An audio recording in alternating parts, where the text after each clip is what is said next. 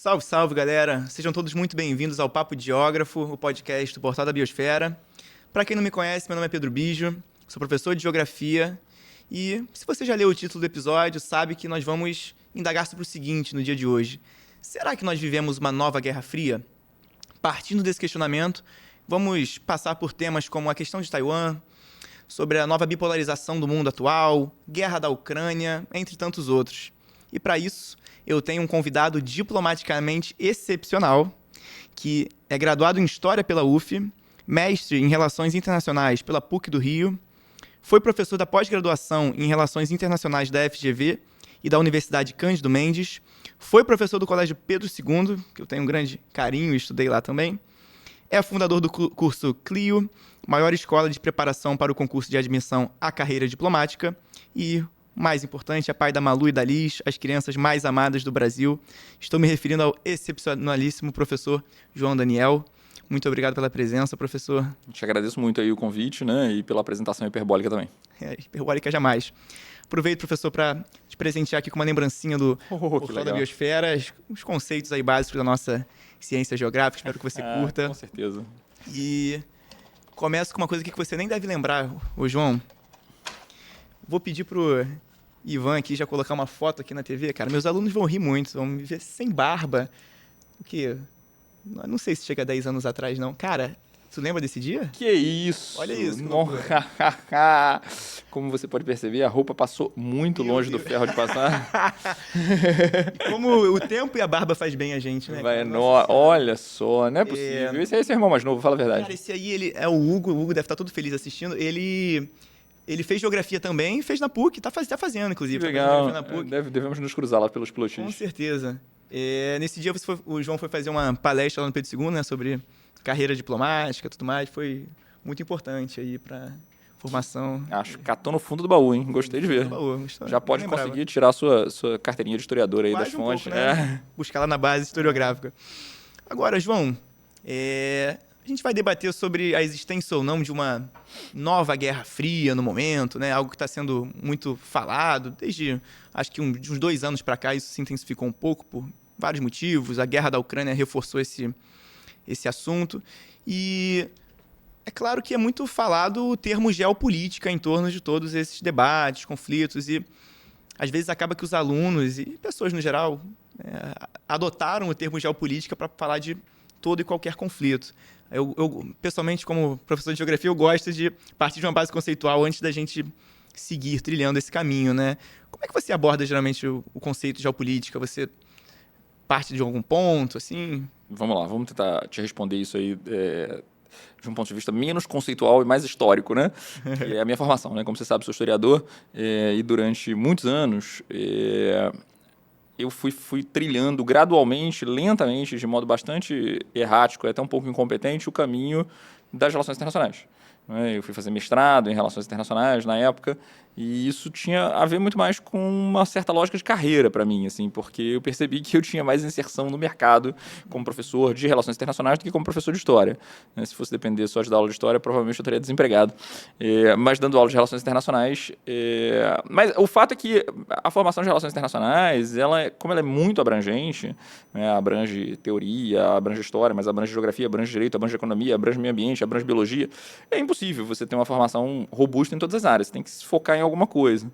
E eu sempre me foquei muito mais em história das relações internacionais, porque isso me permitia dar aula nas centenas de graduações de relações. Acabava juntando a dimensão histórica com essa parte, né? Era um ativo para você. Essa é uma maneira generosa, assim, positiva de enxergar a coisa, mas no fundo o que eu queria era arrumar emprego e conseguir dar aula em faculdades de relações internacionais que estavam proliferando, porque quando eu terminei mestrado em relações internacionais, você tinha 2 faculdades de graduação de relações internacionais no Brasil, ou 3, né? A UNB, depois a PUC, tinha no Rio de Janeiro a Estácio, e hoje em dia são mais de 200. Né? Então, fingir que eu era um professor de relações internacionais era excelente, né? Para a minha inserção mercadológica, valorizava. Embora eu pudesse continuar dando aula de história, não muito diferente das coisas que eu faria se estivesse simplesmente dando aula de história, mas ao dizer que estava falando de história das relações internacionais, isso valorizava o meu passe. Então, em primeiro lugar, espero que muita gente ouça o seu podcast, mas não os meus patrões, né? Porque se os meus chefes ouvirem, né, eles vão acabar descobrindo que eu não sou exatamente um profissional de relações internacionais. Então, em primeiro lugar, queria fazer aqui esse disclaimer, né, de que o campo das relações internacionais é muito amplo e durante os últimos, eu diria, aí, provavelmente desde o fim da Guerra Fria, no caso do Brasil, talvez até mais tempo ainda, né, até a segunda metade do século XX, o tema da geopolítica foi um tema negligenciado e abandonado. A geopolítica, assim como o conceito de Segunda Guerra Fria, ela está vivendo um revival. Ela está sendo restaurada em sua perspectiva, o que permite, entre outras coisas, essa reflexão que você falou, que é corretíssima, de que, às vezes, ela é falada de maneira até um pouco leviana. Né? Sim. No conceito semântico, a ideia de geopolítica é a política sobre o território, é a política sobre aquele espaço sobre o qual exerce o poder. Né? Sua canequinha já nos ensina aqui, né? Dos conceitos da geografia. E eu me lembro das minhas leituras aí do Milton Santos, né? Que inclusive tem uma abordagem histórica, né? Sobre a acumulação desigual do tempo, né? no espaço. Então, o território, que é o espaço sobre o qual se exerce o poder, né, dentro da lógica das relações internacionais, é o espaço sobre o qual a gente poderia dizer que a lógica da geopolítica se estabelece. Sem ter um domínio completo de geopolítica, eu não sou estudioso da geopolítica, nada disso, né, eu posso dizer para você que a geopolítica ela surge no contexto do que os europeus chamavam de grande jogo no final do século XIX, quando um autor inglês chamado Ralph Mackinder publica obras específicas que estão inspiradas naquela rivalidade, naquele momento, entre a Rússia e a Inglaterra. E a teoria do Ralph Mackinder partia do pressuposto de que os russos tinham um domínio extraordinário da terra, né, do espaço terrestre, do espaço, portanto, seco, e os ingleses, uma grande potência hegemônica, dominavam o espaço molhado. Era, metaforicamente, o conflito entre o urso e a baleia. Na geografia, quando a gente vai buscar essas raízes da geopolítica, o nome que aparece com grande ênfase assim, é o sueco Rudolf Salem, que ele publica uma obra em 1905 e ele é definido por muitos pesquisadores como, entre aspas, o pai da geopolítica, né? Da geopolítica, né? E o Rudolf Salem, ele frequentava, acho que a Universidade de Uppsala. Eu sei porque tem um amigo meu que está fazendo mestrado agora lá na Suécia, na Universidade de Uppsala. Tem estudos de paz lá, eles são muito fortes aí em estudos de paz. E o Rudolf, ele definia a geopolítica como essa atuação, ele dava uma ênfase no Estado perante o território. Acho que a gente pode comentar um pouco sobre essas mudanças, né? Até a gente vê isso no mundo atual. Recentemente, o que nós assistimos em relação ao bilionário, meu Deus. Elon Musk. O Elon Musk, a atuação dele, né? Você vê que no mundo globalizado atual é mais difícil você definir os limites territoriais, né? Porque na verdade, você viu o Elon Musk participando, de certa forma, de um debate político no Brasil, o qual ele não faz parte dentro de um espaço mundial, né? Então, você vai tendo atores diferentes nessa geopolítica, né? Diferente do que o Rudolf falava em 1905, que o Mackinder falava ali no final do século XIX, né? Agora não é mais só um Estado que está nesse jogo sobre o território, né? Você tem empresas, você tem ONGs, você tem outros atores, até bilionários com grande influência, né? E também não é mais só a partir da perspectiva da guerra, né? Você tem outras dimensões hoje, né? É verdade. Essas dimensões da geopolítica certamente teriam sido alargadas, né, na perspectiva desses indivíduos, mas acho que ainda é cedo, né? Isso já aconteceu em outros momentos, né? Para a gente diminuir o impacto e a relevância do Estado, né? O Estado ainda é absolutamente decisivo e central, né, no pensamento, né, do poder e da geopolítica global. Nesse sentido, me parece que numa briga entre o Estado e Elon Musk, certamente não o Estado brasileiro, provavelmente, mas o Estado americano ou mesmo o Estado chinês e tal ainda tem muito mais força. Pode ser que no futuro isso se altere, né? Isso aparece, por exemplo, nas obras de ficção científica. Eu sou entusiasta de ficção científica, né? Então você tem mundos das corporocracias, a ideia do cyberpunk, que as grandes corporações vão substituir o Estado. Pode ser que aconteça, né? Mas eu não consigo ver isso nesse hoje eu também não vejo, não. Você gosta também de filme, essa pegada assim? Sim, qualquer coisa de ficção científica, eu sou um aficionado. Né? Eu tive um professor, não sei se você conhece, pelo segundo mesmo, João Braga, de História também. Não conhece. Ele tinha uma pegada, ele construiu até um documentário, um projeto com os alunos, que ele analisava os filmes da Marvel a partir do soft power, a partir da imagem que ele passava até crescendo na Guerra Fria, né? Porque a gente sabe que esse lado cultural foi muito estimulado durante a Guerra Fria, né? A construção de personagens para defender o capitalismo, o socialismo. Tem algumas abordagens que colocam até o desenho, o jogo do Sonic, né? Dentro o Sonic representando o capitalismo, aquele rival dele até vermelho representando o socialismo soviético e tal. E esse João Braga, ele analisava os filmes da Marvel e ela maratonava, sei lá, Vingadores e tal. E ele, cara, ele produzia coisas surpreendentes, assim. A relação, por exemplo, não sei se você já partiu disso, a relação do Superman com a figura de Jesus Cristo. Você já viu isso? Não. Para fazer você estabelecer uma confiabilidade, uma relação mais íntima com ele, para depois ficar mais simples, passar as ideologias americanas, por exemplo. Então tem várias cenas do Super-Homem levantando voo, né? No sentido de uma cruz. Tem várias cenas aí não é Marvel, é DC, tudo bem. Mas tem várias cenas dele com uma cruz atrás, assim. E o próprio enredo, né? Ele foi enviado pelo Pai para salvar nós, seres humanos, né? Muito legal, muito interessante. Bacana. Agora fiquei com inveja de ter tido aula com o João Braga. E antes de passar para a próxima questão aqui, falando ainda disso que eu lembrei, existem abordagens que, por exemplo, colocam assim, os super-heróis da Marvel que têm as cores da bandeira americana, eles têm uma postura, uma característica mais ilibada. Então, o Capitão América é o Super-Homem, né? Não é da Marvel, mas é o Homem-Aranha, né? Que embora seja diferente. E os que têm algum defeito maior, eles tem outras cores, né? É o Hulk, azul e vermelho, é o Homem de Ferro, que é o egocêntrico, né? Essa tendência. Interessante também. Essa é bem uma boa sacada, é verdade. Depois, se você quiser ver, os super-heróis como você nunca viu, tem no YouTube. Vou procurar. Também. E agora, professor João, acho que eu posso te fazer essa pergunta. Você pode, talvez, responder diretamente ou começar a contextualizar o que você preferir. Talvez você possa querer responder diretamente, depois a gente continua. Você acha que nós estamos vivendo uma nova Guerra Fria? Eu posso dizer isso? Ainda não. Ainda não? Ainda não. Acho que é cedo para você dizer isso, né? Acho que para conceitualizar uma Guerra Fria, quer dizer, do jeito que aconteceu entre os Estados Unidos e a União Soviética, você vai falar que em 45 tem Guerra Fria? Ainda não. Em 45 estão ainda num processo de pacificação, porque a guerra está acabando, né? Estão sentados juntos e tal. Né? Em 47, em 48 você já tem uma Guerra Fria. Então eu acho que a gente está justamente nesse momento aí, que pode durar 3, 4 anos, como durou na Primeira Guerra Fria, né? Um período entre você sai de uma situação de companheiro, de aliado, de proximidade, de uma agenda em comum, por uma agenda de rivalidade aberta, completa, que se torna, inclusive, uma rivalidade militar. Lembre-se que a OTAN é de 49, decretada em 49, né, e que a doutrina Truman e os processos de contenção acontecem a partir de 48, com o Plano Marshall. A doutrina Truman no final de 47, né, mas o Plano Marshall em 48. Então, entre 47 e 49, você tem a montagem, né, do que a gente viria a chamar de Guerra Fria. No caso da Segunda Guerra Mundial, isso foi muito rápido.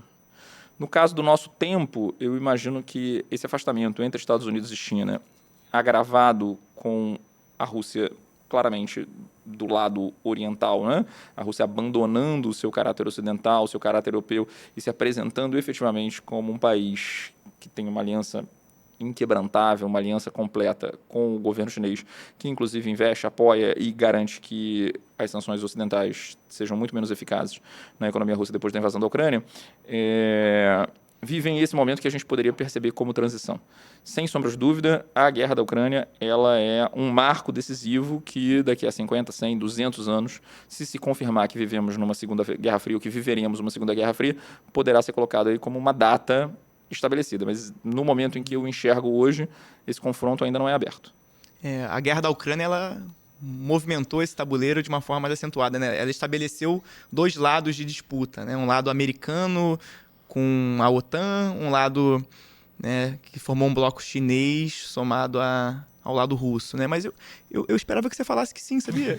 mas é bom essa perspectiva. Você acha que isso é um movimento levantado por teóricos que têm essa crença, que veem essa relação, ou você acha que isso parte muito de uma questão mais alarmista ou que dá ibope dentro de um aspecto midiático? É absolutamente normal, quando a gente analisa um mundo contemporâneo, buscar referências anteriores, né, do passado. Isso faz sentido. Né? Ainda que a história não se repita, né, o cérebro humano ele precisa completar as lacunas que ele não sabe. E uma coisa que, por definição, o cérebro humano não sabe é o futuro.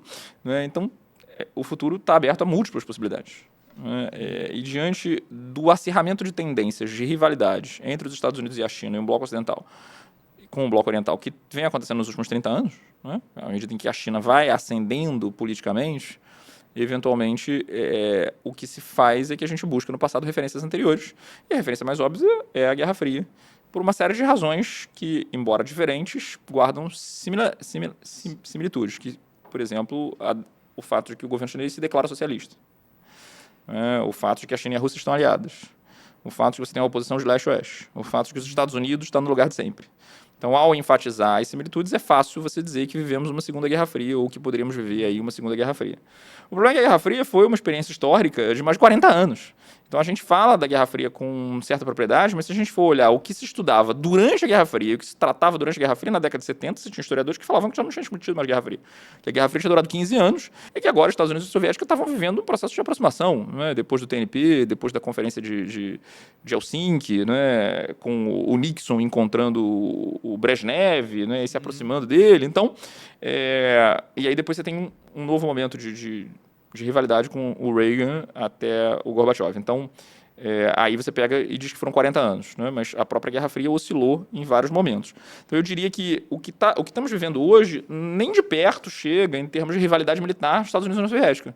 O que aconteceu com os Estados Unidos e a União Soviética em termos de rivalidade militar significava que a população do mundo inteiro estava sequestrada e achava que a qualquer momento podia ter uma guerra nuclear. Sim. Ninguém tem esse temor hoje. No máximo aparece uma manchete sensacionalista dizendo que o Putin pode usar armas nucleares na Ucrânia de maneira muito localizada, mas alguma coisa parecida com o que viveu na crise dos mísseis, ou na crise de Berlim, ou na Guerra da Coreia, acho que é forçar um pouco a barra ainda.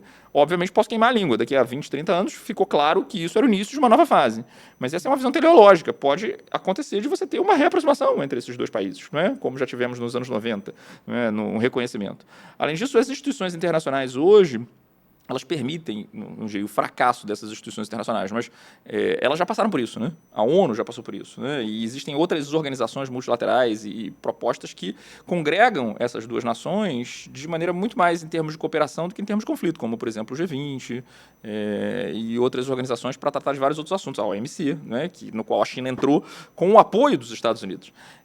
Eu, então, não gostaria de incorrer num erro teleológico. No momento em que eu estou falando, 2024, não me parece possível dizer que as analogias guardam mais do que algumas semelhanças, embora muitas diferenças também. Uhum. Então, para você, claro, o lado do distanciamento torna impossível definir isso como uma Segunda Guerra Fria. Guarda semelhanças, né? Mas isso não é suficiente para eu taxar como uma Segunda Guerra Fria. Acho que você concorda com isso, não é? Eu vou fazer uma analogia aqui, uma metáfora, né? Você sofreu uma fraude no seu cartão de crédito e desfalcaram 15 mil reais da sua conta.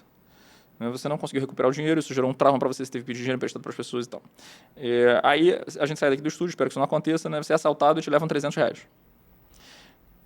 Quando você chegar em casa, sua família vai falar, porra, de novo? Perdeu mais 300 reais, cara, já não basta os 15 mil, né? Agora, né? Porra, só uma maré de azar, tá acontecendo tudo de novo com você. Começou de novo, mas eu acho que é um pouco isso, assim. Né? Um trauma reativado, né? Isso, digamos você assim. reativou um trauma, não é a mesma coisa, né? Vamos combinar. Ainda não. Pode ser que você seja assaltado de novo. E que não aconteça agora quando a gente sai daqui do estúdio. Mas espero que não, mas é um pouco isso. Me parece que é natural que as pessoas façam essa comparação, mas a ordem de grandeza é outra. Perfeito. Eu acho que para a gente começar a conseguir também comparar essas ordens de grandeza, o que se assemelha, o que se distancia, a gente pode começar a bater um papo rápido aqui sobre o que foi essa Guerra Fria, esse grande momento de rivalidade entre potências e entre vários lados diferentes, né? Acho que tem duas frases que a gente ouve bastante que ajudam a definir um pouco o que foi essa Guerra Fria. Primeiro, ela fala, professor, ela foi fria porque ocorreu no inverno? O que foi essa parada? De um modo geral, as pessoas chamam de Guerra Fria porque, exceto em momentos muito, muito raros, não havia confronto direto entre as duas superpotências. Os confrontos foram, claro, indiretos.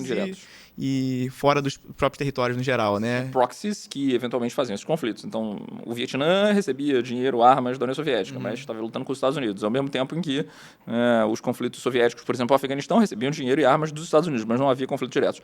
Os enfrentamentos diretos entre Estados Unidos e Soviética, que nem aconteceu em Cuba, por exemplo, foram raríssimos e, em geral, encerrados de maneira pacífica e diplomática, haja visto que não tivemos um conflito nuclear durante esse período aí de 40 e tantos anos. Sim.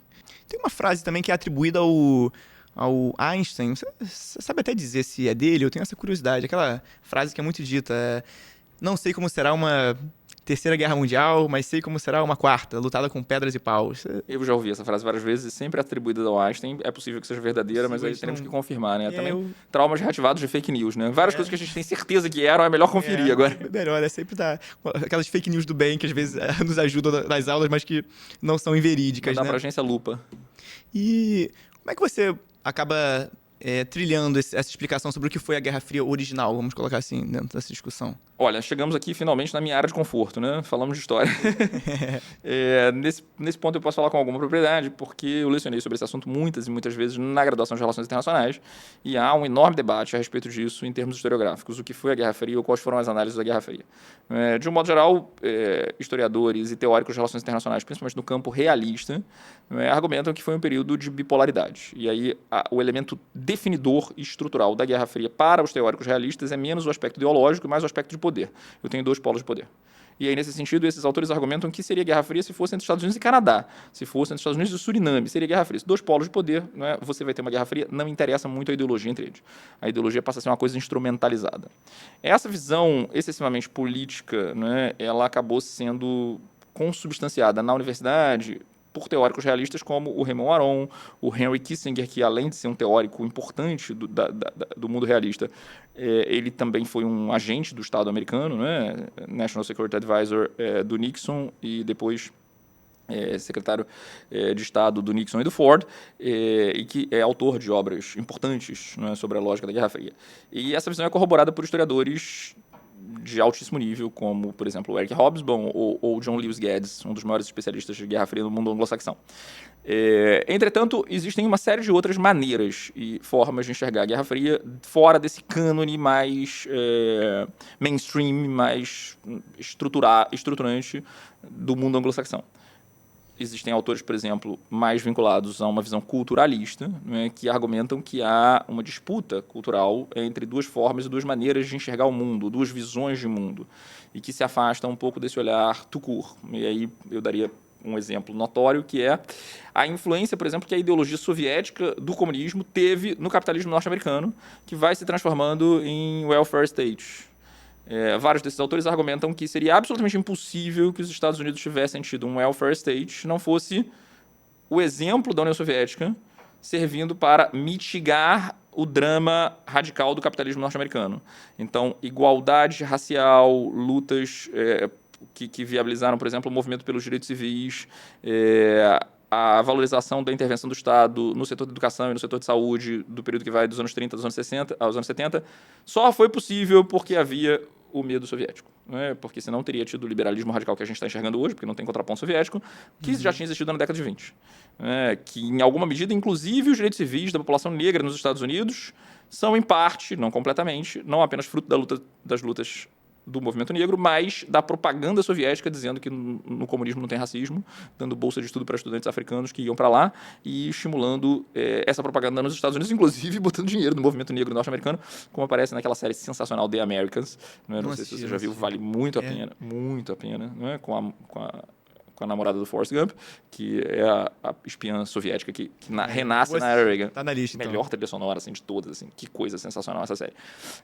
Isso é uma outra interpretação. Uma outra interpretação ainda mais interessante, e eu acho um pouco mais delirante, mas que aparece, né, é de autores mais ligados à virada linguística e ao pensamento pós-moderno. É o caso, por exemplo, da Mary Kaldor, que argumenta que a Guerra Fria não existiu. Eita, isso aí é fora da caixinha. Bem fora da caixinha. Mas o argumento dela é absolutamente sofisticado e ela é uma autora absolutamente respeitada. Ela diz que o que Estados Unidos e a União Soviética fizeram foi exportar propaganda ideológica para um lado e para o outro para justificar o fato de que eles dividiam o mundo em áreas de influência, né? E essa é a interpretação igualzinha, Ctrl-C, Ctrl-V, do que está presente no livro do George Orwell, 1984.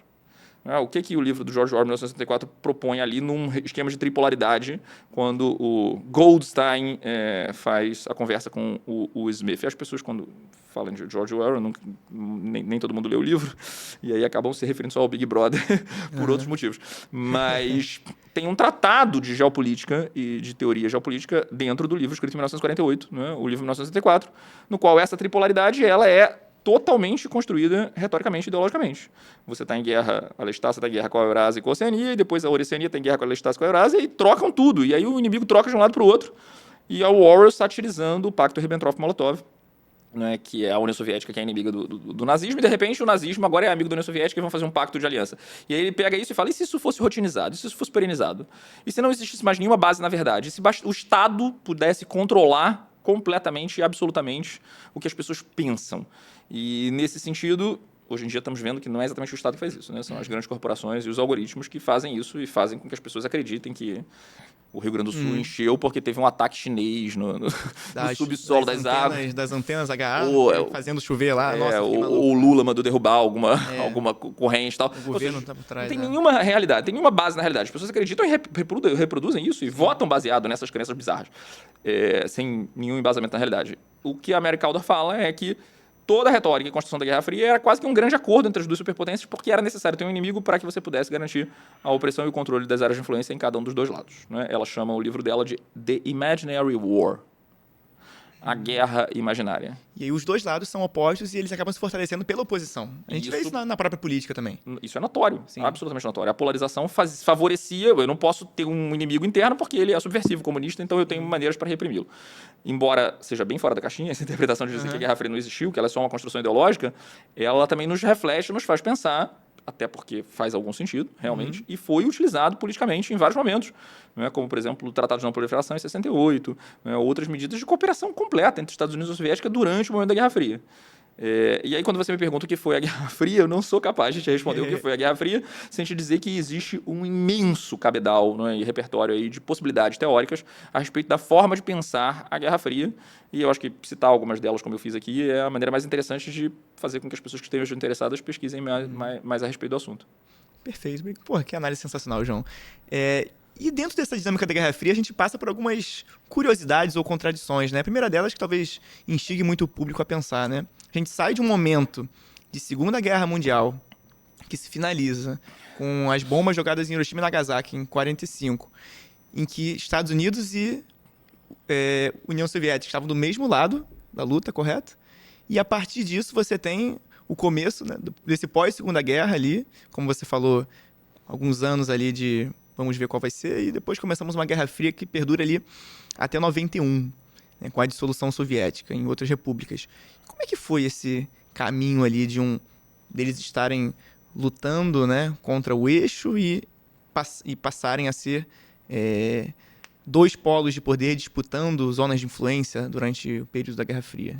O tema da transição sistêmica nas relações internacionais é o tema mais estudado de todos, né? Como é que um sistema muda? De um modo geral, ao contrário da história, as relações internacionais, muito influenciadas pela ciência política e pela geografia, elas têm uma ênfase, pelo menos a visão realista, né? Em parte porque foi uma visão toda ela gestada durante a Guerra Fria, e a Guerra Fria é analisada com essa lógica de estabilidade, a bipolaridade garantiu uma estabilidade entre as duas superpotências. A ênfase epistemológica se dá na ideia de continuidade, mais do que na ideia de ruptura. Enquanto na história, em parte por conta da influência do marxismo, a ideia está sempre na ruptura, né? A Revolução de 30, a proclamação da República, a Nova República, o golpe militar. Então você tem transições políticas quase sempre influenciadas ou não por transições econômicas, mas a ideia de revolução está presente o tempo inteiro. Então o historiador ele trabalha com marcos que fazem com que ele preste atenção na mudança. Já as relações internacionais dentro da matriz realista estudam muito a ideia de mudança sistêmica, porque os sistemas internacionais quase sempre têm uma perenidade, uma durabilidade maior, e aí, nesse sentido, a ideia é sempre a permanência. Isso, obviamente, direciona o olhar, né? Ideologicamente falando, né? Então, temos uma disciplina que está mais preocupada, eu enquanto historiador, no caso, né? Na transição, na mudança, na alteração, enquanto que, epistemologicamente, os autores de relações internacionais estão mais focados, muitas vezes, na continuidade. Me parece que é o caso dos geógrafos também, né? A influência, né, na geografia, embora trate de transformações, pelo menos a geografia física, né, tende a tratar mais de mudanças, me parece, posso estar errado, né? De permanências do que de mudanças. Mas respondendo de maneira específica a sua pergunta, esse é um tema muito estudado, né? Como é que eu saio de um sistema que era um sistema multipolar, que era o sistema do século XIX e o sistema do período entre guerras até a Primeira Guerra Mundial, para me transformar num sistema bipolar? Também múltiplas respostas dos teóricos de relações internacionais. Tem gente que fala que essa bipolaridade já estava sendo gestada no século XIX, porque são os dois países que fazem ampla expansão territorial, os Estados Unidos na marcha para o oeste e a Rússia na sua expansão para a Ásia, chegando até o Japão, MacArthur, incorporando a Mongólia, tendo influência imperialista na China, e que, portanto, já no século XIX você tem as bases desse poder. Tem outros autores, também realistas, que argumentam que, invariavelmente, a bipolaridade ou qualquer transição de sistema internacional do poder tem a ver com a riqueza antes. Então, primeiro eu fico rico e depois eu transformo essa riqueza em instrumentos de poder.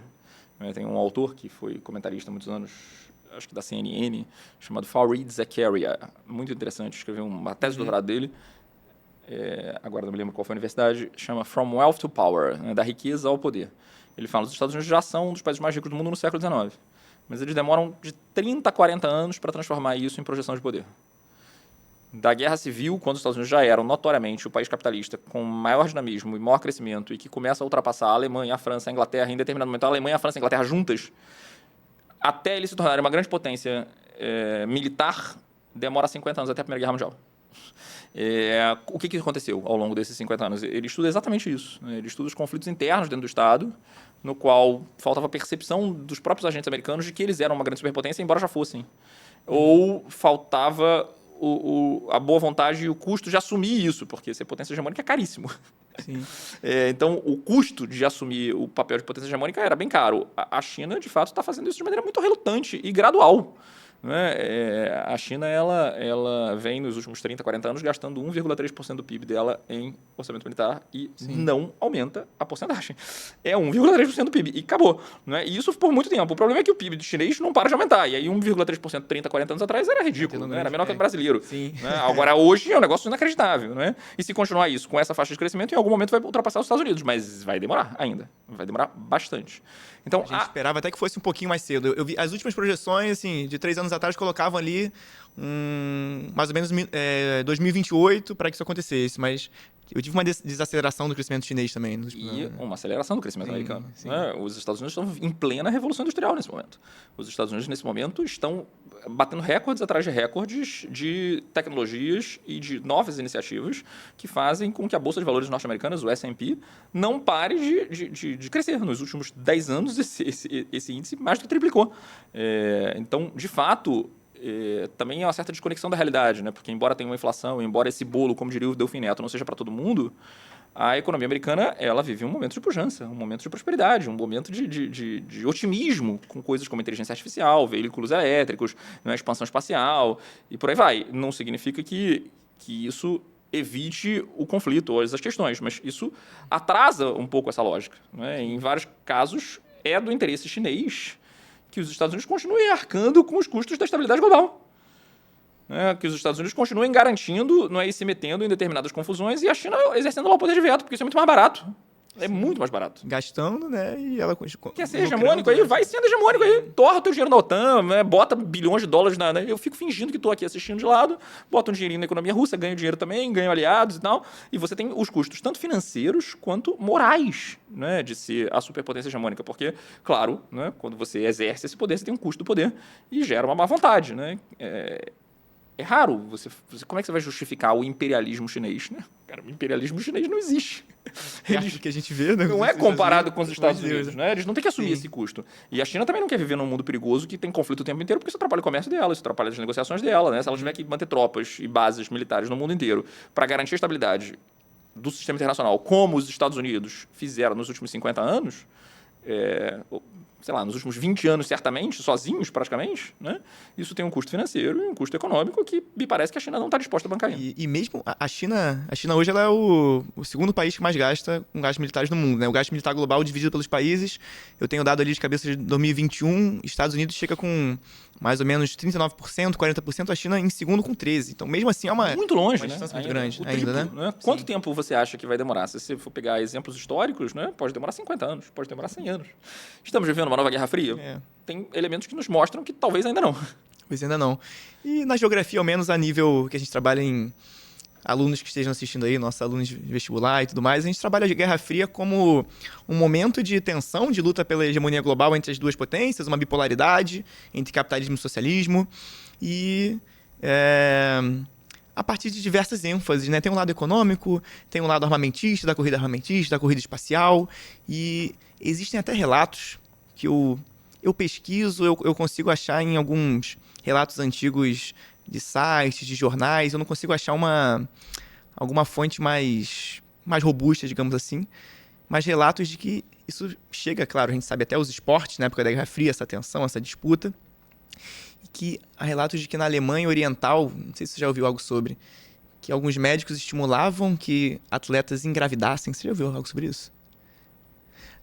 Não me recordo. Havia um estímulo para que atletas engravidassem, porque de alguma forma isso servia como um doping natural, estimulava alguma hemoglobina no corpo, e aí elas abortavam próximas Olimpíadas e chegavam a uma disputa mais acirrada contra rivais capitalistas, digamos assim. Então é uma coisa bem chocante que acho que ajuda a elucidar para os alunos como essa disputa ela era multifatorial, ela tinha várias ênfases diferentes, né? Eu faço esse ressalvo porque eu quero uma fonte mais robusta, nesse ponto, como é um relato mais difícil da gente ter, né? Mas a geografia ela trabalha muito a Guerra Fria original, digamos assim também, a partir das zonas de influência, né? Aí você cita, em 1947, tivemos o começo ali da doutrina Truman e os desdobramentos de Plano Marshall, Plano Colombo, né? Então, Estados Unidos investindo numa reconstrução da Europa Ocidental no pós-guerra e, mais importante agora para a nossa discussão, Estados Unidos investindo, né, na Ásia, em especial no Japão. Então, com o Plano Colombo, você pode falar um pouco sobre ele, mas com o Plano Colombo que tivemos um investimento estadunidense no Japão, tentando colocar o Japão como o grande polo de influência americano para fazer um contraponto ali no Pacífico, ali no Sudeste Asiático. É uma segunda grande contradição, né, professor? Porque eu tive os Estados Unidos jogando as bombas de Hiroshima e Nagasaki em 45. 6 anos depois, em 51, você tem um plano de investimento no próprio Japão com o Plano Colombo, né? Como esse lado... Como é que foi como é que você analisa isso? Como esse lado econômico ele se torna preponderante em relação até o que foi feito de mazela, né, pelos americanos no campo militar? Durante a Segunda Guerra Mundial, os soviéticos conseguiram, ao longo de praticamente toda a Segunda Guerra Mundial, garantir que não houvesse um fronte aberto contra o Japão. Então, a guerra na Segunda Guerra Mundial aconteceu dos soviéticos na Europa contra os alemães. Havia uma espécie de acordo, né? É como se o pacto Ribbentrop-Molotov, que foi assinado entre a Alemanha e a União Soviética em 1939, tivesse durado do lado japonês, né? Então, a partir de 40 a 41, apesar das primeiras batalhas, né, que você teve ainda entre 39 e 40, os soviéticos e os japoneses estiveram em paz e a União Soviética só efetivamente entra em guerra contra o Japão no final de 44, às vésperas já do fim do conflito. E quando a União Soviética efetivamente entra no conflito, os americanos já estão em guerra com o Japão desde 41, desde Pearl Harbor. Ficava na cabeça dos americanos o medo de que a gente comeu o pão que já amassou aqui nos últimos 3 anos, fomos bombardeados até lá na fronteira com o Havaí, né, perdemos metade da nossa marinha, e agora os soviéticos que estão ali do lado vão entrar e vão tomar conta de tudo, né, e o Japão, no mínimo, vai ter que ser dividido com os soviéticos, que nem a gente fez com a Alemanha e com a Coreia. Não, né, isso não podemos permitir. Né, essa certamente é uma das principais razões, se não a principal razão para jogar bomba atômica. Eu preciso acelerar a guerra urgentemente antes que os soviéticos entrem. Só que uma coisa é você jogar bomba atômica e ganhar a guerra, outra coisa é você, depois de ganhar a guerra, ganhar a paz. Né? Como é que você vai viabilizar a vitória? Então, né, o que você chama de Plano Colombo, ela é, em primeiro momento, uma espécie de experiência laboratorial inglesa, britânica, para as suas colônias asiáticas. A ideia da Commonwealth. Né? Porque, nesse ponto, o Stalin e o Truman e o Roosevelt concordavam, a União Soviética e os Estados Unidos concordavam em uma coisa. Esse negócio de colônia tem que acabar. Nesse ponto, Churchill estava sozinho. Aliás, tem um jogo de tabuleiro, eu adoro jogos de tabuleiro, tem um jogo chamado Churchill, que você só joga com 3 personagens. Né? Tem que jogar 3 pessoas, não dá 2 nem 4. Né? Um é o Churchill, o outro é o Roosevelt, o outro é o Stalin. Vale super a pena. Recentemente, um amigo meu diplomata mandou uma mensagem. Eu não gosto muito de jogos de tabuleiro, não, mas estava passando por uma loja de board game e vi esse jogo aqui de Churchill e comprei. Eu falei, cara, o que você acha? Eu falo, cara, eu acho que você está pensando em começar a jogar futebol e vai treinar com o Messi no Barcelona. É um jogo difícil pra cacete, cara. Cuidado e tal. Mas a lógica do jogo é essa. Cada um joga um com a Soviética, outro com os Estados Unidos e outro com a Inglaterra. E você tem... É um tabuleiro triangular. E você tem coisas que os Estados Unidos e a União Soviética estão juntos contra o colonialismo. Coisas em que o Churchill e o Roosevelt estão juntos estão defendendo o capitalismo. Né? E coisas que o Churchill está junto com o Stalin contra, né, o governo dos Estados Unidos. E isso faz com que a dinâmica do jogo seja sempre tripolar. Como é que você troca e tal. Né? E, por um lado, se os três lados não cooperarem, o jogo só acontece durante a guerra, durante a Segunda Guerra Mundial. Se os três lados não conseguirem cooperar em mandar alianças uns para os outros, os japoneses ganham a guerra no Pacífico e os alemães ganham a guerra na Europa. Então vocês têm que cooperar para ganhar a Segunda Guerra Mundial e, ao mesmo tempo, evitar que, ao final da Segunda Guerra Mundial, os seus aliados estejam numa posição de poder. Que fantástico. O jogo é absolutamente brilhante. Então, nesse sentido, os Estados Unidos e a União Soviética concordavam que tinha que acabar com o colonialismo e, nesse sentido também, a Inglaterra tentava sobreviver dentro dessa lógica colonialista, então ela inventa, não é, o Plano Colombo, que acabou sendo tratado como um plano geral de dar dinheiro para a Ásia e tal, mas que inicialmente era um plano para restaurar a Austrália, né, para viabilizar investimentos na Nova Zelândia, para evitar que as colônias, né, da Ásia e do Pacífico inglesas se separassem definitivamente, como aconteceu. Uma coisa bem mais ampla do que às vezes é trabalhado, né? Não Exato. entendi. A presença americana no Japão, especificamente, era no sentido de transformar o Japão numa sociedade ocidental e não na sociedade oriental que existia. As primeiras coisas que o MacArthur faz, né, depois de dar um downgrade na divindade, né, do imperador, é fazer reforma agrária. Né? Que, aliás, é uma coisa contra-intuitiva, né, para os conservadores. Né? Como assim reforma agrária? Reforma agrária, né, para o pensamento radical conservador, é uma medida comunista. E você consegue, é o que eu falo com meus alunos, cara. Você tem nada de comunista em reforma agrária. Você relaciona a reforma agrária com o comunismo, você perde a visão de que aquilo ali é uma coisa eminentemente capitalista. Absolutamente capitalista. A reforma agrária é uma decisão. Os Estados Unidos fez o processo de reforma agrária. Promoveu a reforma agrária no Japão. O governo Kennedy vai promover a reforma agrária no Chile com o apoio da Igreja Católica, na Aliança para o Progresso. O Brasil fica ainda seguro nisso, né? E surreal, entendeu? A permanência da ausência no Brasil também durante a ditadura militar. Como é que pode, né? Então, fazer reforma agrária é ampliar o número de proprietários. Não tem nada que amplia mais o apoio ao capitalismo do que você ampliar o número de proprietários. Mais dinheiro na economia, você tira a necessidade de assistência do Estado àquela pessoa também. Você cria uma classe profundamente conservadora, porque agora ela tem o que conservar, que é a sua propriedade de terra. Né? Então, fizeram isso no Japão. Né? Para quem gosta de mangá, né? Tem um mangá absolutamente sensacional feito pelo mesmo cara que fez o Osamu Tezuka, né? Que é chamado Deus do Mangá, né? Que fez o Astro Boy, a Princesa e tal, que é o cara, é o gênio do mangá japonês. Eu não manjo muito de mangá, cara. Eu também não manjo tanto de mangá, mas eu tive uma filha que é completamente fascinada pelo Japão, que está aprendendo japonês, então agora eu só tenho que aprender tudo sobre Naruto e essas paradas. Então, como sou historiador, pelo menos eu consigo me conectar com ela por esse caminho. E aí eu descobri que o Osamu Tezuka, que, guardadas as devidas proporções, é uma espécie de Maurício de Souza misturado com Pelé no Japão. Ele é um herói nacional absoluto, completo, total, e que só escrevia mangá meio infantil, meio fofinho, né, com uma visão moral, Astro Boy, umas coisas assim bonitinhas. E esse Osamu Tezuka, na década de 70, os japoneses, por uma razão moralista típica do macartismo, vão tentar censurar os mangás mais pornográficos, mais pesados, que tinha criminalidade, que tinha violência, que tinha sexo, que tinha putaria. E essa censura, ela é resistida pelos desenhistas e escritores, porque está tirando a liberdade de criação deles. Mas, quando o Osamu Tezuka fica sabendo disso, ele decide escrever o mangá mais transgressor possível, entendeu?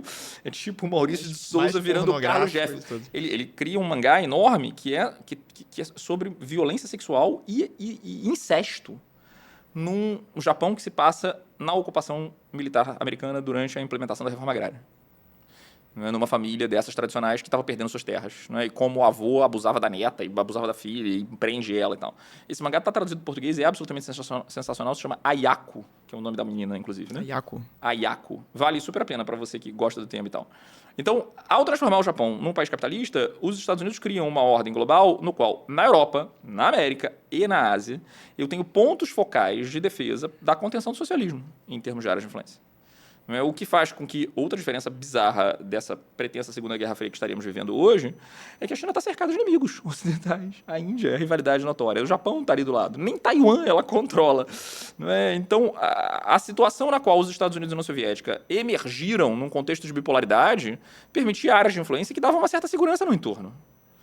Vê se os Estados Unidos topavam isso. Né? Quando botaram bomba atômica lá em Cuba, né, que nem é tão perto assim, a reação foi a que foi. Né? E, de fato, o Stalin vai ter uma reação parecida quando você tem lá a questão de Berlim. E, mesmo assim, você tem uma buffer zone, né, todo o leste europeu. No caso da China, não.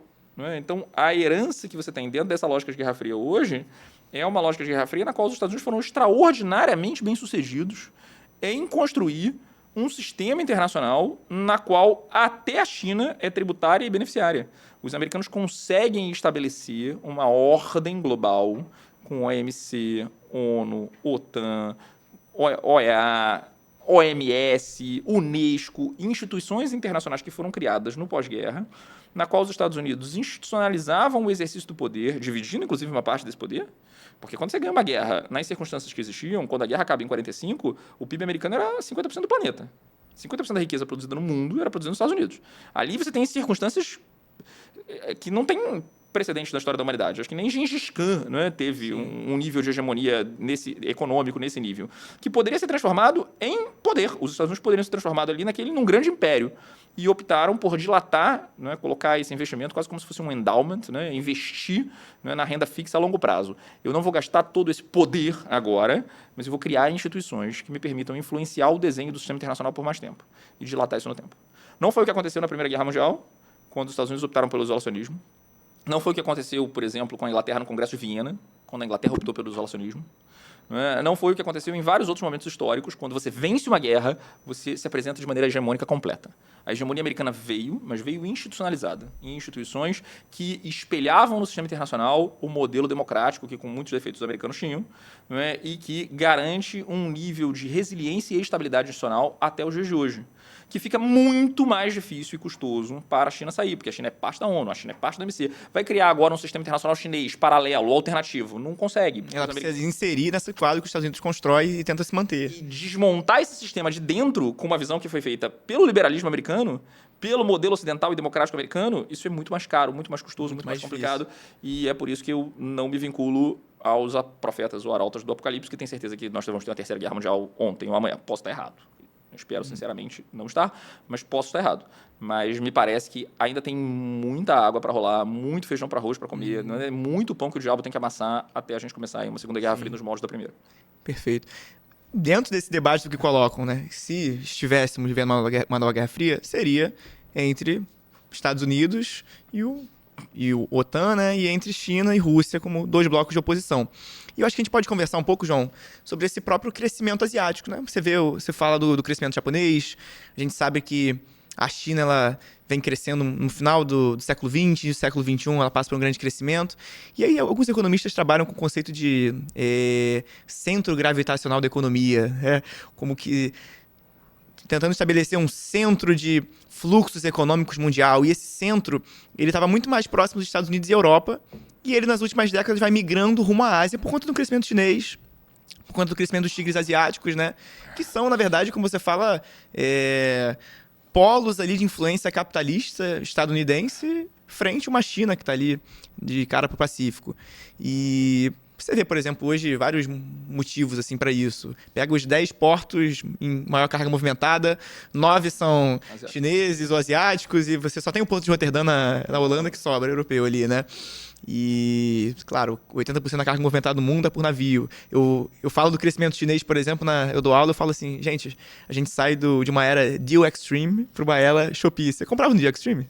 Não. Lembra? Cara, o Deal Extreme era um site chinês, que eu falo que era o super antecessor da AliExpress, da Shopee. Quando a gente não tinha acesso a isso aqui no Brasil, né? Começou esse site a se popularizar, e era tudo assim, uma coisa baratinha ali, mas que eram coisas interessantes, que você não tinha tanto acesso aqui. E um primo meu, ele fala assim, Pedro, a lógica de você comprar no Deal Extreme na época, isso 2005, por aí, 2006, cara, você tem que comprar e esquecer, tinha que comprar e esquecer e comprou. Por quê? Porque vinha de navio. Demorava muito meses, e chegava, você ganhava um presente. Pô, caraca, ganhei um presente, nem lembro, né? E hoje isso está muito diferente. Porque hoje a Shopee tem frotas de aviões semanais que vêm ao Brasil, claro, entregar produtos de maior poder, que tem maior valor agregado, né, claro. Mas você vê a China crescendo hoje tecnologicamente, você vê esse crescimento asiático, comercial, econômico, né? Você vê pelas empresas, é o AliExpress, é a Shopee, é a Xiaomi, é a Huawei, é a líder em 5G. Hoje a Xiaomi agora fazendo carro também, né? Se difundindo nisso tudo. E eu acho que com esse crescimento chinês e asiático, por exemplo, que a gente assistiu nas últimas décadas, Estados Unidos começa a se preocupar mais com isso também. E o que era favorável a ele começa a incomodar. Então, por exemplo, na geografia a gente fala de um momento pós-Guerra Fria, pós-91, que tivemos uma acentuação, uma intensificação da globalização, dessa integração global, porque, por motivos óbvios, saímos de um mundo bipolar para um mundo ou multipolar, certo? Globalizado. E nesse mundo globalizado tem uma globalização produtiva também. Os economistas chamam de cadeias globais de valor. Em tese seria aquele grande exemplo. Eu vou produzir o iPhone. A Apple vai produzir o iPhone. O cérebro fica na Califórnia, mas eu importo uma peça de cada local, uma parte de cada local, levo tudo para a China, para uma terceirizada da Apple, a Foxconn, montar e difundir para o mundo todo. E mesmo assim é mais barato fazer isso do que produzir em solo americano, que o aluguel é caro e tudo isso. E agora a gente viveu uma era Trump, no qual eu comecei a ter um conflito ali de taxações entre China e Estados Unidos, é a chamada guerra comercial. Então, um quadro que estava estabelecido como favorável aos Estados Unidos, ele usa mão de obra chinesa, ele produz na China, sua grande empresa de tecnologia que é a Apple difunde para o mundo todo isso.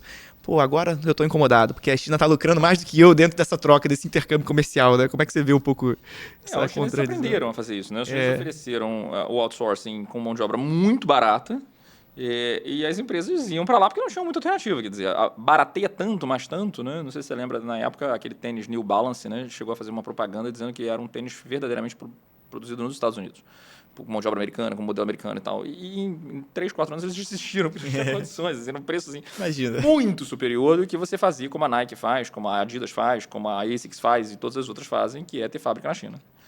E aí você já oferece, porque os chineses já oferecem a fábrica, já oferecem a mão de obra, já oferecem as pessoas qualificadas, já pessoas treinadas e tal. Por quê? Porque quando a primeira delas foi lá, eles aprenderam tudo com ela, copiaram, fizeram Ctrl-C, Ctrl-V e ofereceram para as concorrentes todas. Eu tenho exatamente o mesmo jeito, do jeito que você prefere, porque eu aprendi com a Nike. E aí daí para você fazer o modelo chinês, a JD, ou qualquer outra, isso vale para tênis, mas isso vale para iPhone, isso vale para microchip, isso vale para qualquer coisa, para navio. Qualquer fábrica dessas é um aprendizado que os chineses tiveram na manufatura de ponta industrial, com uma mão de obra muito barata, que foi aprendida com o Ocidente a partir do outsourcing. Eles usaram uma estratégia muito inteligente nesse ponto. Eu eu produzo o seu produto e aprendo a fazer. Eu lembro em 2009, bombava muito ali, muitos amigos bem jovens ali tinham um celular iPhone, você lembra? Claro, porque você tem um modelo pirata, que é a ideia de que o chinês é de qualidade inferior. Né? É a época o pirata, que é a qualidade inferior e tal. Mas hoje em dia você não sabe a diferença. É impossível você saber. Hoje em dia, meu celular da Xiaomi me pergunta se é iPhone. Exatamente. É exatamente igual, com uma tecnologia, às vezes, em alguns setores superior. Sim. Né? Porque também é o país que mais treina PhD, que mais tem faculdade de engenharia, que mais manda estudantes para fora. E aí, nesse sentido, tem uma certa coerência racional na lógica trumpista e em outros indivíduos para proibir o TikTok, para proibir as agências de 5G, para eventualmente evitar a espionagem chinesa, no sentido de que eles aprendem fácil, aprendem rápido, e agora a gente não pode produzir tecnologia que possa ser aprendida por eles. Sim. E aí, de fato, você tem uma menor circulação do conhecimento e da tecnologia. Então, a difusão tão rápida do conhecimento que fez com que a gente saísse do iPhone 1 para o iPhone 15, com um avanço tecnológico extraordinário, ou dos computadores que você tinha 20 anos atrás, dos computadores que você tem hoje, em parte é também fruto de que você tinha um modelo globalizado no qual esse conhecimento era rapidamente difundido e você tinha uma competição extraordinária. Quando você criar 2 sistemas e 2 modelos que eventualmente não conversam ou conversam muito pouco entre si, o crescimento tecnológico vai desacelerar. Porque eu não vou poder ter trocas com engenheiros chineses. Só de ter um sobrenome chinês impedirá que você tenha acesso, por exemplo, à tecnologia americana e vice-versa. E essa oposição ela é perigosa em vários níveis, em várias circunstâncias que exigem cooperação, como, por exemplo, a questão climática e do meio ambiente, porque você tem uma terra só, a questão das pandemias, global, porque você começar a acusar, não, foi um vírus chinês, ou outro foi um vírus americano. Você vai ter 2 narrativas a respeito de uma pandemia, essa pandemia é global. E aí, de quem é a culpa? E ficar jogando a culpa um no outro não ajuda a resolver. E isso é absolutamente singular. Nesse sentido, respondendo a pergunta que você fez logo no início, não tem nenhuma dúvida de que o mundo do século XXI será um mundo asiático, em breve, e muito rapidamente. Não apenas pelas estatísticas econômicas que você deu, mas também por razões demográficas, e até uma coisa que a gente não via 10, 15 anos atrás, por razões culturais. Minhas filhas e as pessoas que eu conheço hoje veem doramas, e ouvem K-pop. né, e gostam de questões asiáticas. Né? E a discussão que a gente tinha quando a gente estava no colégio, né, você um pouco mais recentemente do que eu, uma vez que você me denunciou aí com a foto, né, da minha idade, ficou claro que a gente viveu num mundo de invasão cultural norte-americana. A gente estava discutindo Pato Donald, a gente estava discutindo Hollywood, a política da boa vizinhança. E aí, mais uma vez, a denúncia aí. Né? Mas, hoje em dia, não. Em pouco tempo, né, vai ser tudo asiático, inclusive em termos culturais.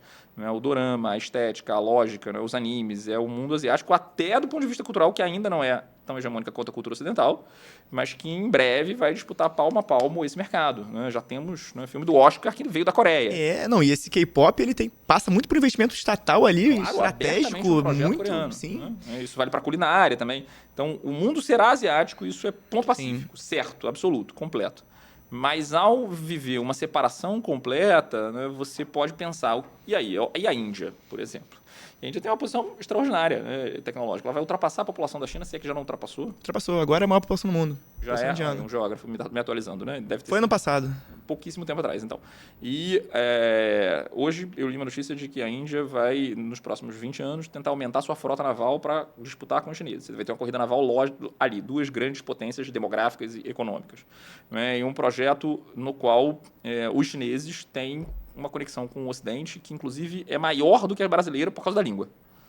Né? Nem todo brasileiro fala inglês, né? E uma parte significativa dos brasileiros não fala inglês bem quando fala. Os indianos podem não falar inglês bem, mas são, né, boa parte deles, uma parte significativa, pelo menos da elite da classe média, inglês são bilíngues, né? Falam hindi também, outras línguas, né? Mas na educação formal, nas escolas, vão aprender inglês. Daí o outsourcing, por exemplo, de todos os call centers, né? Você liga para um call center em inglês e é atendido por um indiano.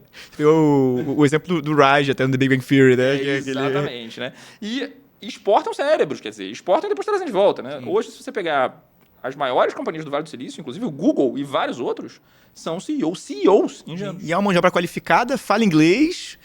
Poxa, os CEOs indianos são tão poderosos, mas tão poderosos, que eles chegaram ao poder na Inglaterra. Né? O primeiro-ministro inglês é um chinês. É um indiano, perdão. De família indiana. Né? Então, nesse sentido, é perceptível que me parece que as coisas são um pouco mais complexas do que isso. Né? Você vai ter coisas mais sofisticadas do que simplesmente essa oposição, inclusive do ponto de vista cultural, econômico. Eu acho que a gente pode, não sei se você concorda comigo, a gente pode dizer que as disputas atualmente, comparadas a uma Guerra Fria original, elas são muito mais econômicas e até culturais, como você está falando, do que era uma perspectiva militar, né? Embora hajam tensões hoje. Você vê a China, por exemplo, investindo na nova Rota da Seda, em corredores logísticos para conectar 3 continentes, expandir seu comércio, expandir, claro, sua cultura também. Mas acho que um grande eixo de tensão militar, para além do que a gente está vivendo na guerra da Ucrânia, é a questão de Taiwan.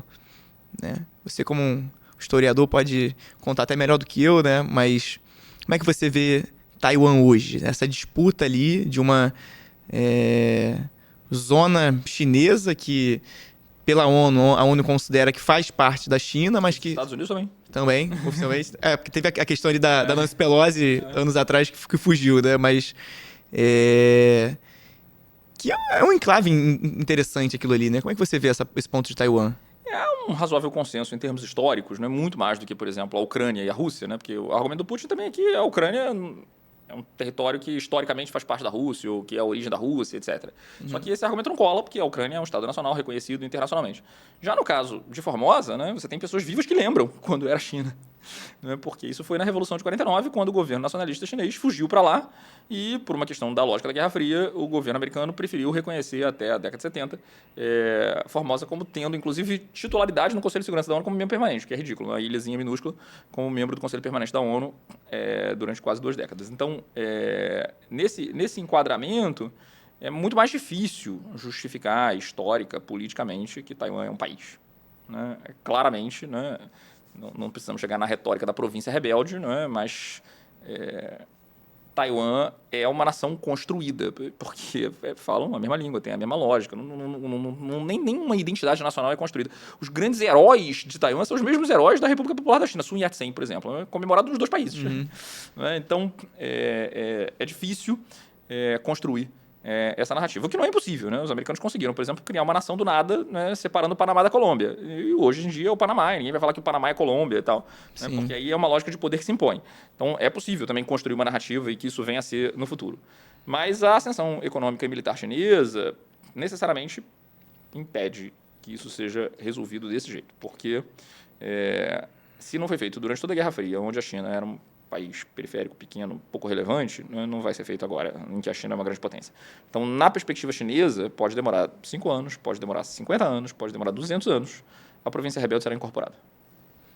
E eles vão esperar só o melhor momento, o melhor timing. Para invadir mesmo ali Taiwan e é isso. É a mesma razão. E os taiwaneses, e em alguma medida os americanos, em menor grau, mas principalmente os taiwaneses, foram absolutamente inteligentes e sofisticados em comprar um seguro. E o seguro, não é a tecnologia de microchips. Né? Então, você tem um carro, né? Você acha que você pode bater algum dia. Você compra o seguro. Você prefere não usar o seguro.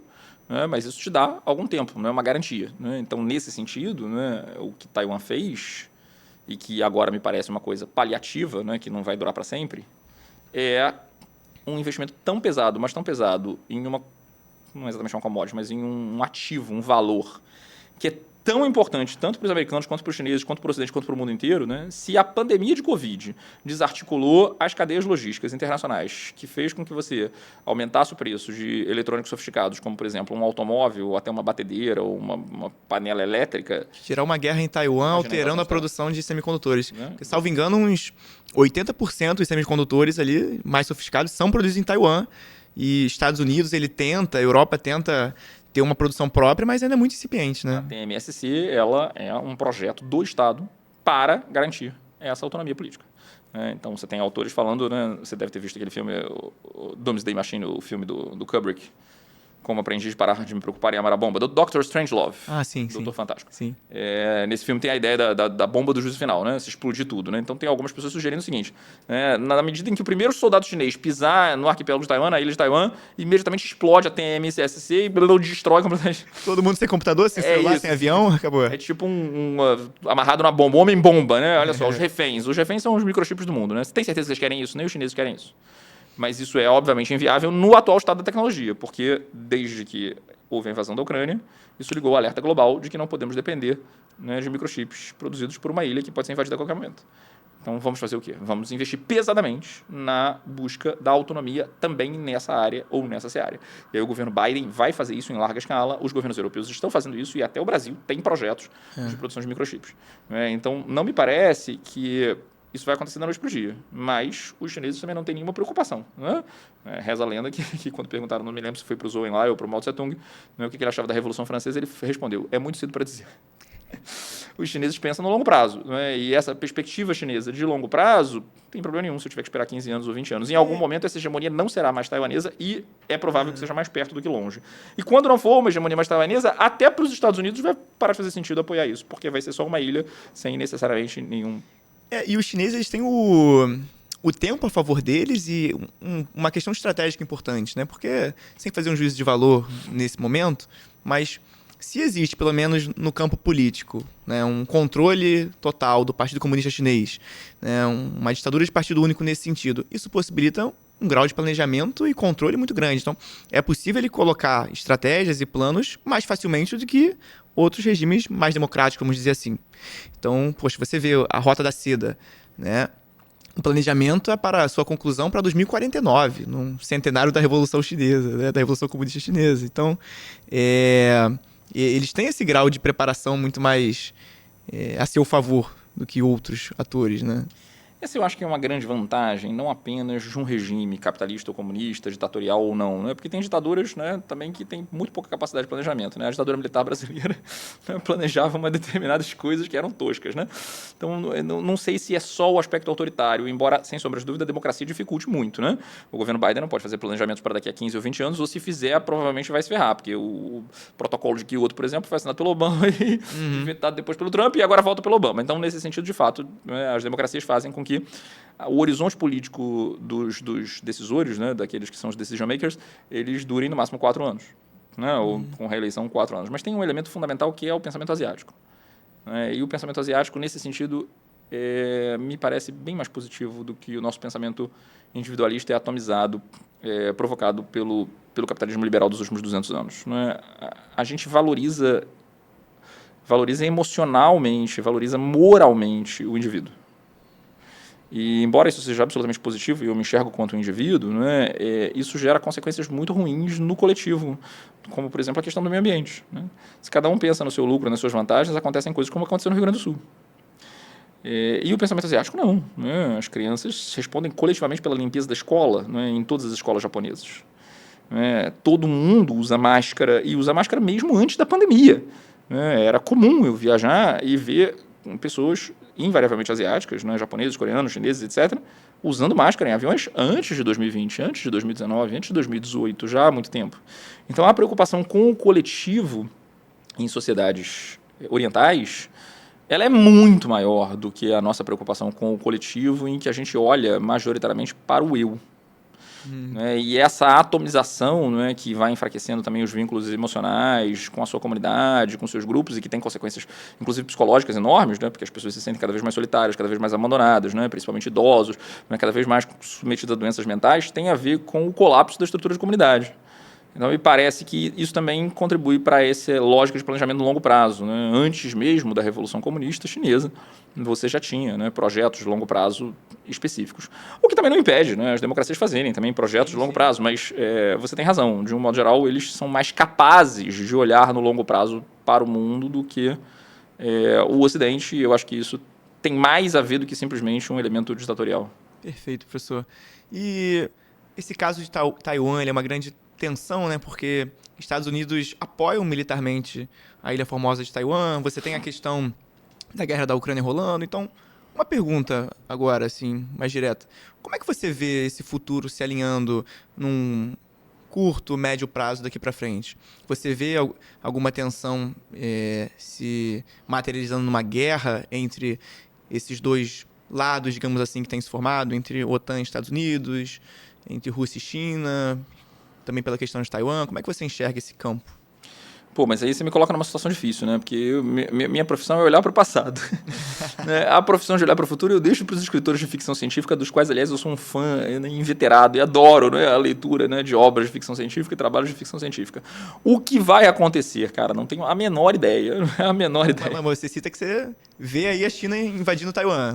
Eu não tenho nenhuma dúvida de que no horizonte do pensamento dos decision makers chineses, isso vai acontecer no médio, no curto e no longo prazo. A China colocando isso para frente aí, qual vai ser, o que você acha que os Estados Unidos faz? Nada.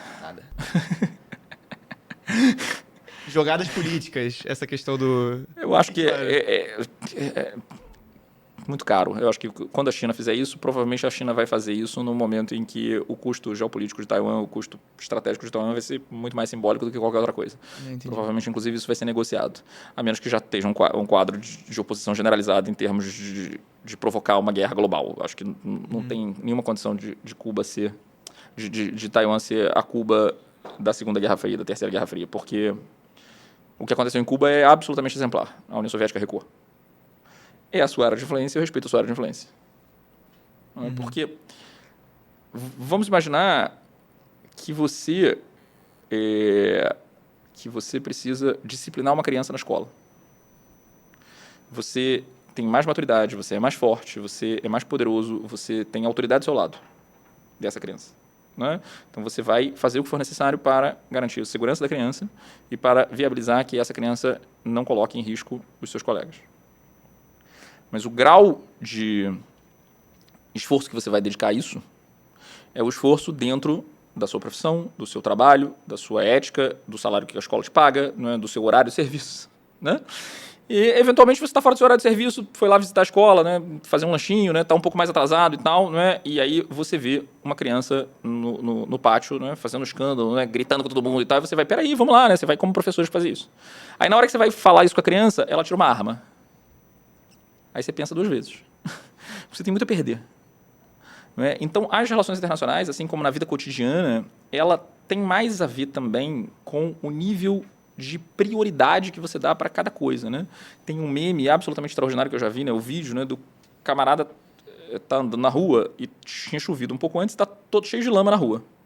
Né? E tem um carro vindo de longe, né? Passando em alta velocidade e espalhando lama para todo lugar. E o camarada tá como eu, de calça branca. Né? Na hora que ele vê o carro vindo na direção dele em alta velocidade, ele abaixa e pega um paralelepípedo, uma pedra. Aí o carro diminui a velocidade e vai andando mais devagar.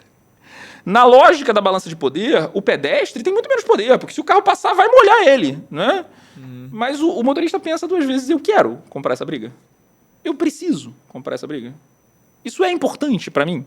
Não, não é o custo de baixar o negócio e andar devagar e tal, e o cara baixa a pedra e está resolvido.